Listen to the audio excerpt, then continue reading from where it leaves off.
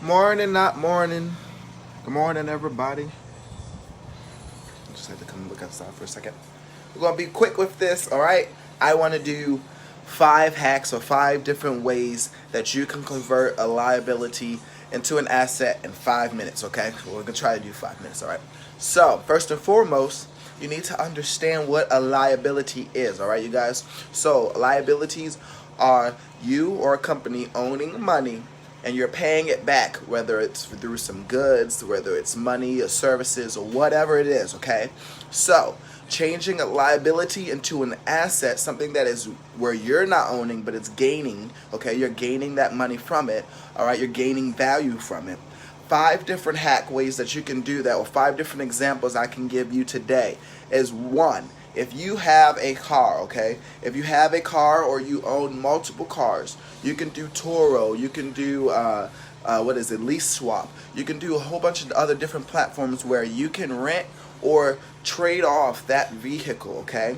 You trade it off, people rent it from you. You could do drive sharing where it's like Lyft, Uber, or Instacart drivers or Uber Eat drivers, okay? You can rent it out to them, put the job up on Snagga Jobs or put it up on any type of job platform, okay? You put that up there, they can rent off the car from you.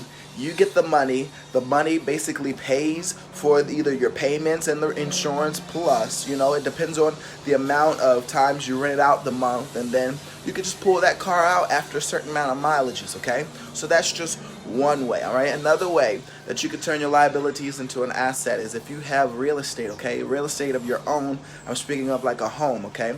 So, excuse me, the pollen is killing me. But you can have a real estate home. Typically, they say you're supposed to stay in the home for about 2 years. But if you buy it straight out from your business or for your business, you can start to rent that home out and quickly, liquefy that money and have it, liquefy those assets, so where you can have money in your hands monthly, okay? So if you have 4 bedrooms and you charge $500 a month, all right, that's $2,000 you're making in. If the mortgage is only $1,000, you have another $1,000 where you're safe and you're good to use that. Or if you have insurance or other things that you need to pay for, you have that money to where that you didn't have it. Now you have that, okay? So you can use a car rental.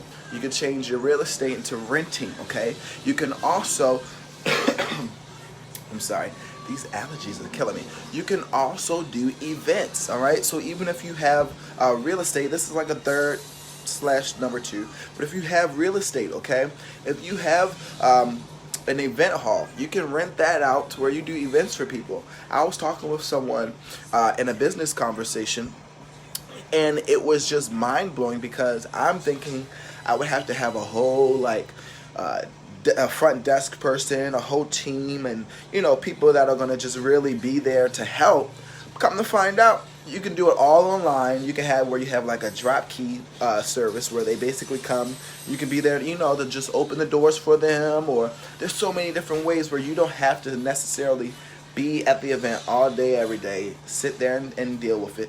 They can have it where you're just renting out the space to them, okay? It's their job to take care of the catering. It's their job to take care of the, people, the employment, the delegations, all of that. So you can do renting, you can do event space renting, and you can also do where your car, okay? I'm so sorry. I don't want to be on here coughing and stuff. It ain't Rona. I know that. It's just my pollen, the pollen and the allergies messing with my throat. All right. Lord, they done messed me up. Turning liabilities into assets. So basically, whatever you're owning, you guys, you need to learn how to liquefy that or change it over to where it's an asset for you and it's gaining value, it's gaining money for you, okay? So another way is trade line credit, okay? So this, people don't necessarily talk about this way because it's not difficult, but it takes time and you have to do it with nice precision and just wisdom, okay? So trade line crediting is if you own a credit card, like a business credit card, you typically can put up to like 10 to 15 people on that credit card. I know with Amex you can do that. With other credit cards, yeah, I think you do like 5 or 6 people. But you put those people on your credit card, okay? You have a great credit, you have a good credit history, you're paying things on time, you're doing what you should. So once you add those people onto your trade lines, they as well will get a share of what you're doing, okay, in the credit bureau world. So if you're doing good, you're paying your stuff on time, you're doing what you should do, that stuff will start to report on those people.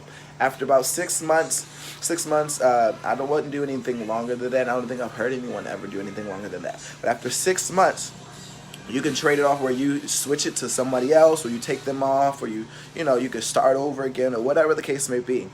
But that is how you can make your money. And how can you make the money? Well, you charge people. So if you got 10 accounts on there, and you have 10 people that you're charging $600 or $800 for, all right? Do the math. It builds compound interest, all right? That's the 8th wonder of the world, learning how to let the little things over time build for you, okay? So you got trade line credit. You have written out in event space halls. You have written out your home for like real estate and selling things of that sort. You have renting a car, all right? And last but not least, another way of trading. Good God, I'm sorry. I'm trying to hold these sneezes and stuff in. This pollen is killing me. But I like being outside. I'm going to sneak out here. It's nice and warm. It's not too cold today. But let me slow down.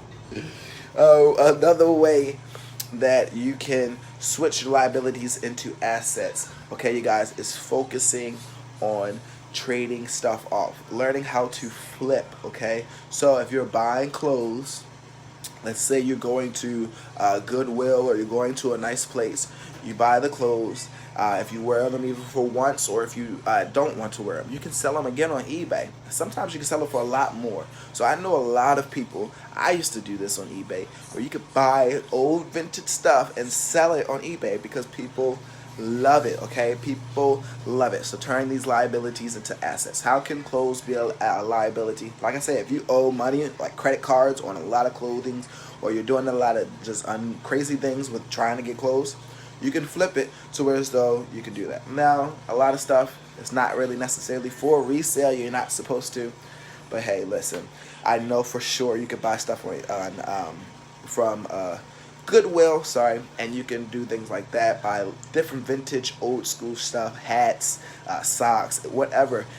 Follow it down to a specific niche, and you won't have any problems, okay, you guys? So hopefully, I know this was probably not 5 minutes, but hopefully you understand how you can switch your liabilities into assets, okay, you guys? So understanding trading, understanding real estate, whether it's renting out your home or renting out an event space, understanding how to rent your cars, and renting out other services like that you may have, either it's a taxi service or whatnot, understanding how to do trade lines, okay, you guys, and selling your clothes, flipping your money. That's how you trade liabilities into assets, all right? I pray you guys like this, enjoyed it. If you enjoyed it, please let me know. Give me a thumbs up down below. If you tuned in this long, go ahead and like and subscribe.